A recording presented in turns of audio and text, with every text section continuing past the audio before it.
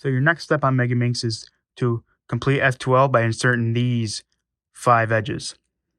And obviously, if you know how to solve 3x3, which you should know how to do before you watch this tutorial, this next step, when you insert the edges, are going to be the exact same as it is on 3x3. So where we make our T kind of, and then it goes either left or right.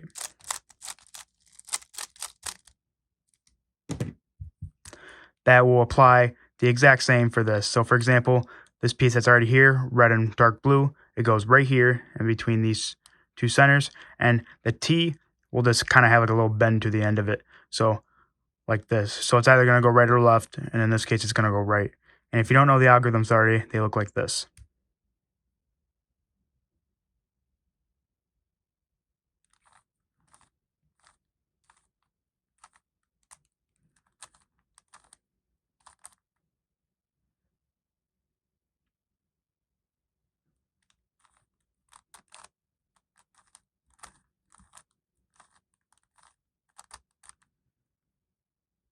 So this one's going to the right.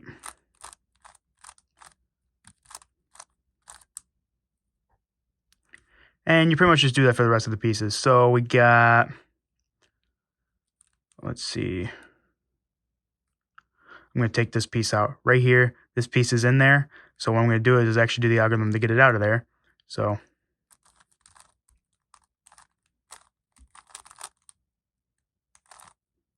right here. And then I'm going to put this one here.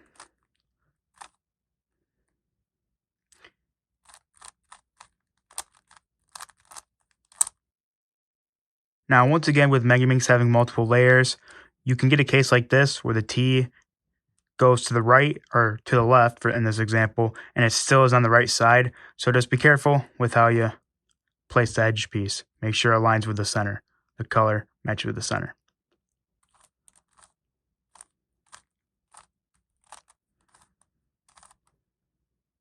One more thing I forgot to mention is when you go to insert this edge into a slot, make sure when you hold your kind of bent T that you hold the top layer on the left or right side. For example, when you hold a Megaminx like this still has to go to the left, so you want to hold it like this to do the algorithm.